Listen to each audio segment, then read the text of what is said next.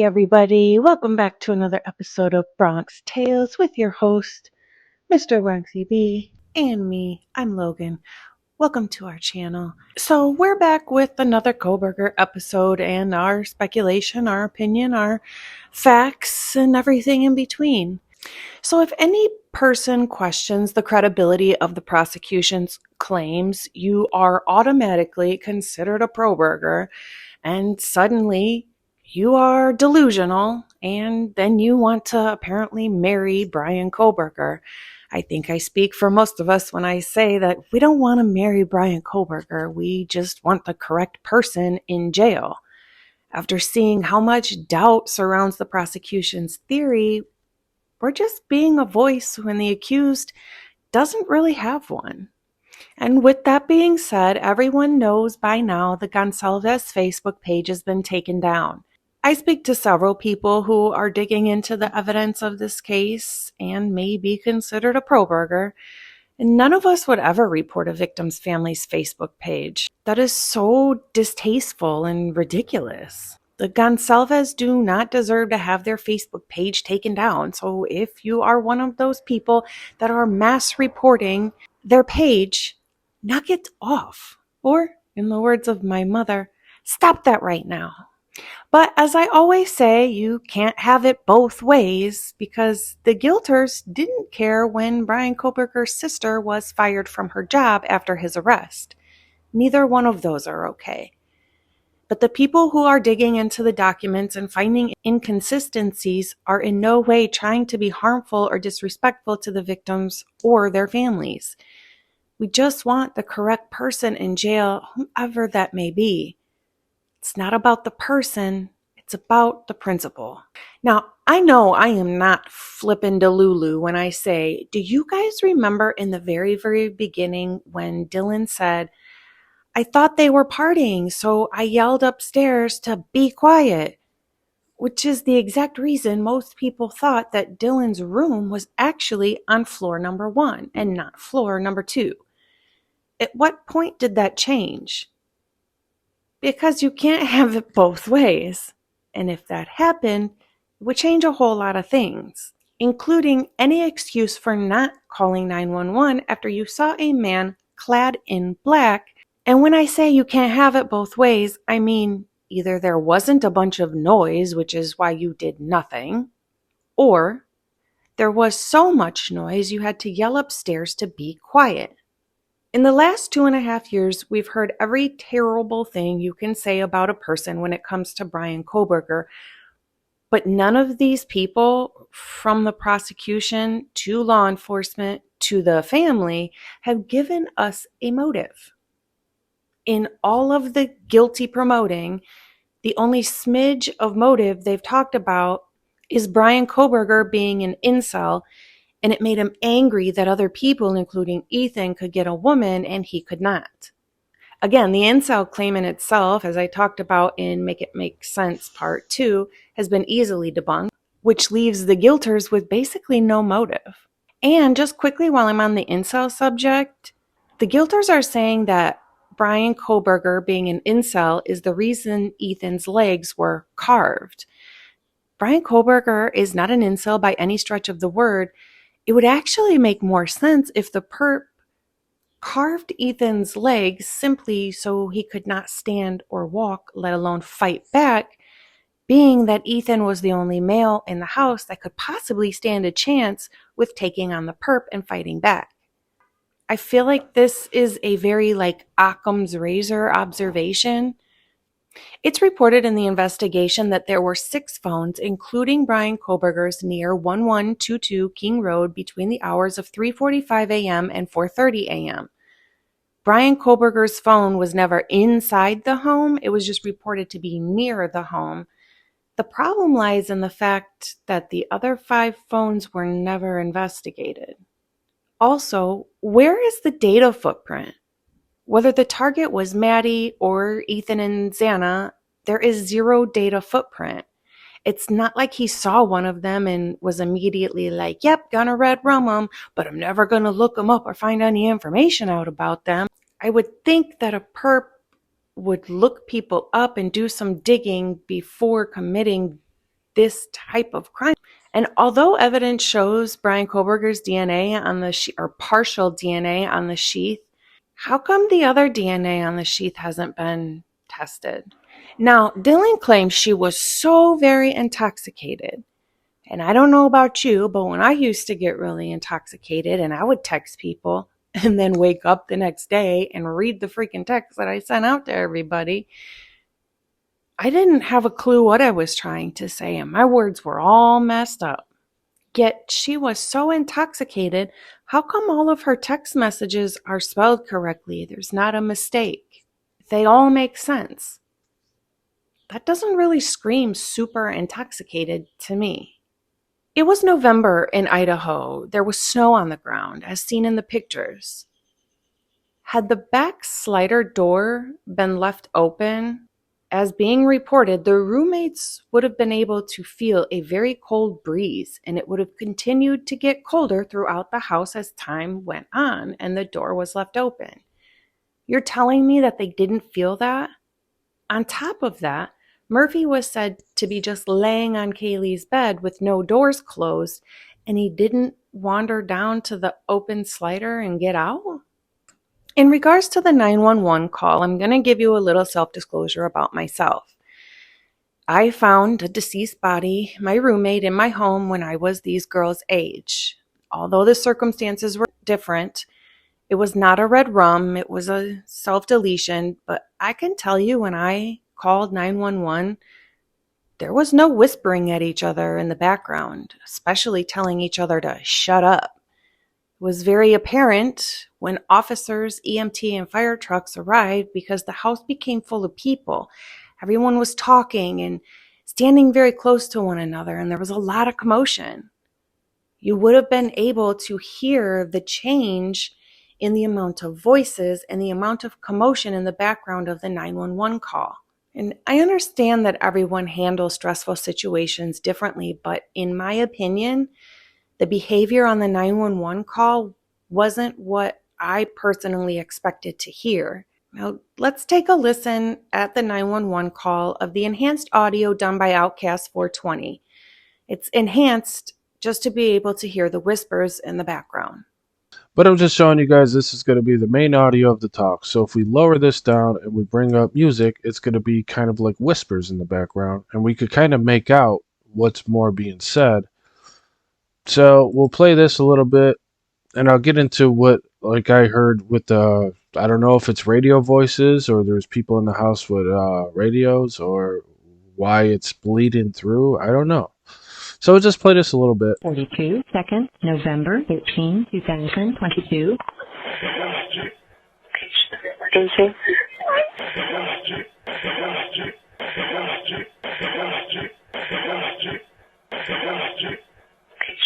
No clue what he's saying there. He speaks very fast. Emergency.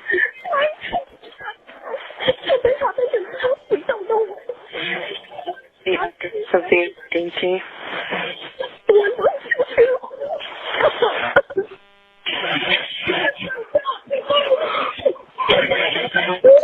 What is the rest of the address? Okay. There's an apartment. It's a house.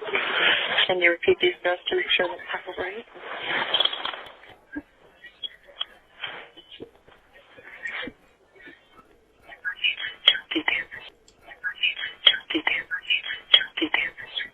So we heard that before in my other videos that it sounds like we should know or we should not tell people. It's up to you what you believe is being said here.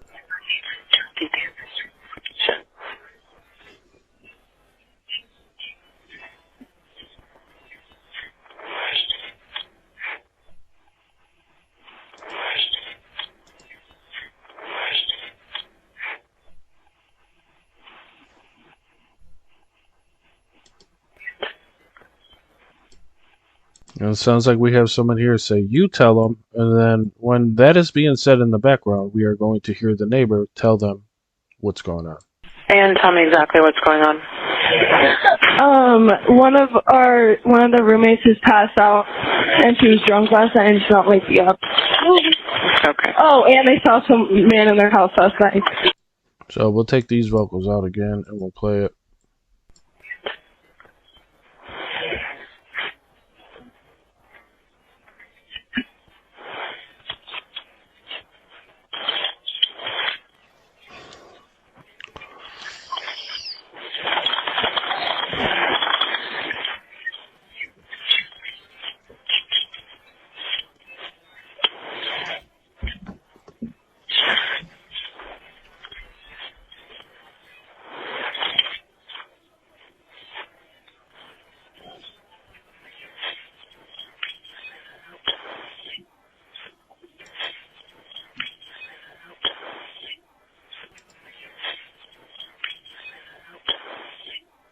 but you gotta go check. What's going on right now if someone is passed out? Can you find that out? Yeah, I'll come. Come on. Check.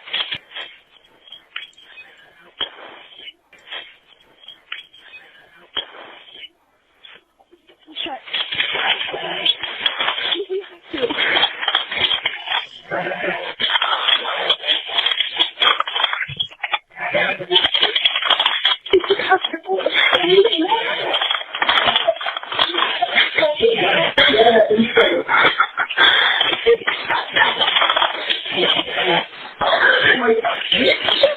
What's wrong? She's not waking. Okay. One moment. I'm getting help started that way. Okay, thank you. Started that way. Okay, thank you. So we hear radio there. No clue. Let's see if we hear. I'm getting help started that way.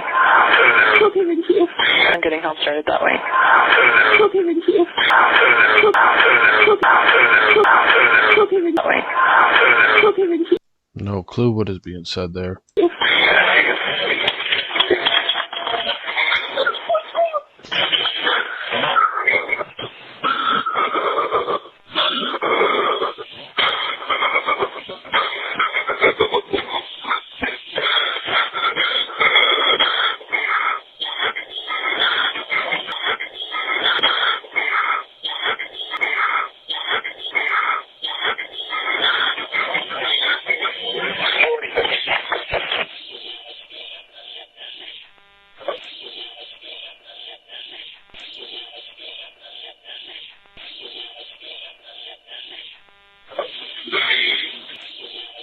Sounds like if you really listen, Xana's dead, and I set the pick, or I sent the pick.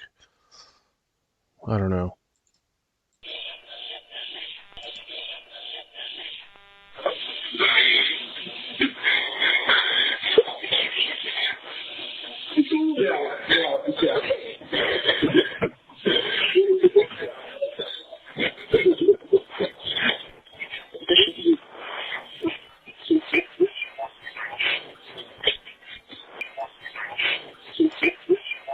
So now we're going to hear this officer or radio voice right here. We're going to lower the grain, turn up the red.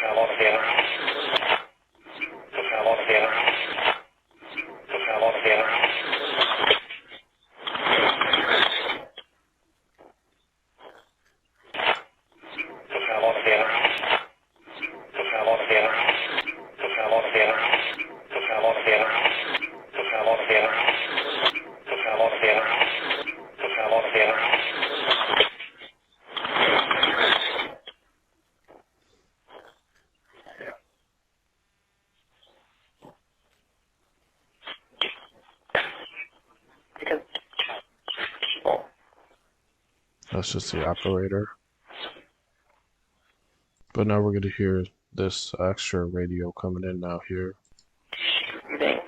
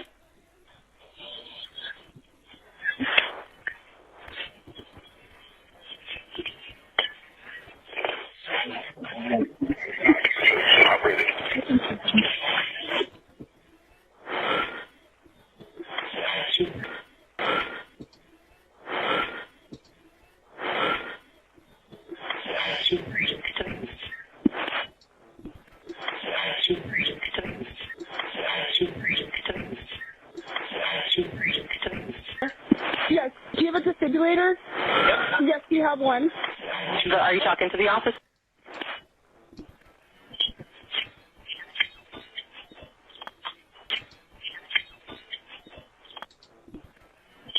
She's there with you.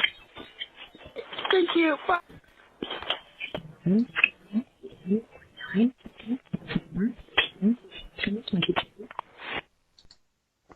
So that's about it. And also, speaking of the 911 call, how come nobody asked about Kaylee or Maddie, or even mentioned them at all? None of them thought to say, like, hey, we have 2 roommates upstairs, we haven't heard from them, or we did have 2 roommates upstairs, we don't know if they left or not, can we go check on them? Literally no mention of them at all. Another question I have is, why is Steve Gonsalves the only parent or family member speaking on this case publicly? He is literally everywhere, from YouTube to TikTok to interviews with creators to news channels on TV. He's out here speaking on this as if the trial already took place. Wouldn't he, of all people, want to have a fair trial and not potentially taint any possible jury member for the information he's speaking so loudly on? He's even been caught more than once or twice spreading information that's not correct. Being there hasn't been a trial yet, this could do potential damage. Words have power. Steve is in a position of influence because he's the father of a victim. So naturally, when people hear the things he's saying, they think, oh, it's gotta be true. It's coming from the father of the victim. Of course he would know, right? Now, from my understanding, the defense asked the prosecution for the camera footage and surveillance footage from when Brian Koberger was arrested in his parents' home in Pennsylvania. And the prosecution came back and said, we gave you everything we have, which did not include any footage from his arrest, and especially no footage of him putting trash in the neighbor's garbage with gloves on, which seemed to be so important and part of the basis of looking so guilty to begin with. They also didn't collect the trash that they claim he was putting in the neighbor's garbage. If it was so important that they're saying he had to put it in the neighbor's trash with gloves on, don't you think they would want to collect it? It makes me wonder, did that even happen? According from Brian Koberger, he suffered from visual snow since a very young age. It seemed to be really debilitating for him. And we don't know if he was suffering from visual snow in November of 2022, but if he was, it would be extremely difficult to enter a home in the dark and commit this crime. And that's pure speculation. I don't know if he was or not, but if he was suffering from visual snow, that'd be really difficult. Dylan says she peeked out of her room 3 times, and the last time she saw the perp walking towards her. The prosecution is saying he was about 3 feet away from her. Now, she had been using her phone the entire time, including receiving text messages, social media, everything on her phone, like it's a normal night. Now, I don't know if she had her ringer turned on her phone or not, but I know being on the phone in the dark would be pretty noticeable. Do you think the perp could have heard her cell phone noises or even seen the light from her cell phone and when she peeked out in a dark room? And if you look at the timeline of the phone activity for Dylan, how is it even possible to be doing normal everyday social media activity like looking at Indeed, which is a website for finding jobs, and then literally the next minute she switches over to calling 911. She's on social media at 11:58, and at 11:59 she calls 911. How is it possible to just switch emotions so quickly? The other issue I have with the 911 call is they report someone drunk and passed out. Then the dispatcher asks again if the person is still passed out, and the roommate on the 911 call says to the dispatcher, I'll go check. Come on, let's go check. And then states, she's not waking up. So you had to be looking directly at her to see that she's still not waking up. And you didn't see all that BLOOD surrounding Xana? It makes me think she wasn't even looking at her. The prosecution has continuously released evidence. Strangely, the evidence they release is not being released in full detail, which should be concerning. So the defense will turn around like, if you're going to release some documents, you better release the whole document and everything it says in there. It seems to me that the prosecutions are the one trying to hide information rather than the defense trying to hide information. And you would think it would be the other way around if the defendant was guilty. Guilters continue to say things like BK's character, insinuating he has unsavory things about him, or BK's track record, insinuating he's done terrible things in the past. I don't even know what they could possibly be referring to. He got a girl's phone number. He texted her about hiking. She didn't respond. He never reached out again. Some girl is saying Brian Koberger was looking at her, trying to be around her, and she was married, and he wasn't taking the hint that he wasn't wanted around. Well, he's been diagnosed with a form of autism. So have you thought that maybe he's just bad at social cues? Also, we know there's always people, especially some certain types of females, I think we all know one, that think they're the most wanted person in the room and everybody's looking at them and everyone's interested in them. Could it be possible, too, that she took his actions in a way they weren't, instead of the other way around? Maybe she misread social cues? Also, why are there missing text messages from Dylan's phone? She has responses to Bethany that don't make any sense. Like, Bethany texted Dylan, and Dylan responded to a question of Bethany's, but when looking at the text messages, the question from Bethany isn't on there. It just looks like Dylan is responding to some random thing. Now, I've worked with Cellbrite machines, and you cannot delete text messages. So where are those? Why are they not disclosing those messages that are no longer there and makes Dylan look like she's just responding to a random question that never existed? There's also video footage of the area where a vehicle would need to drive when leaving Moscow headed back to Pullman. Apparently, Officer Mowry, who's been the head of video footage in this entire case, claims he retrieved this footage, however, never looked at it. You mean the footage that could have been an aha moment and catching the vehicle of the perpetrator leaving town?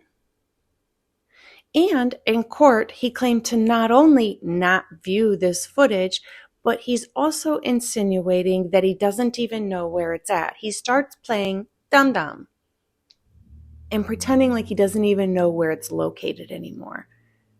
How convenient.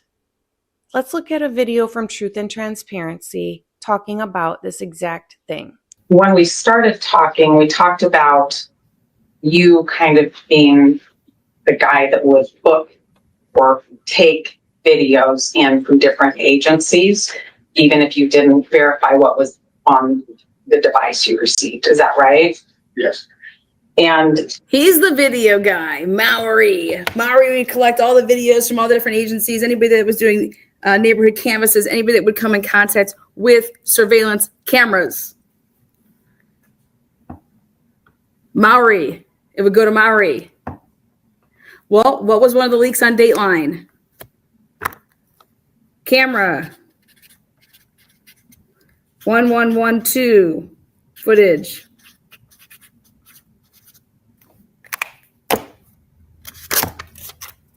Put that there. Next. Ready? do you,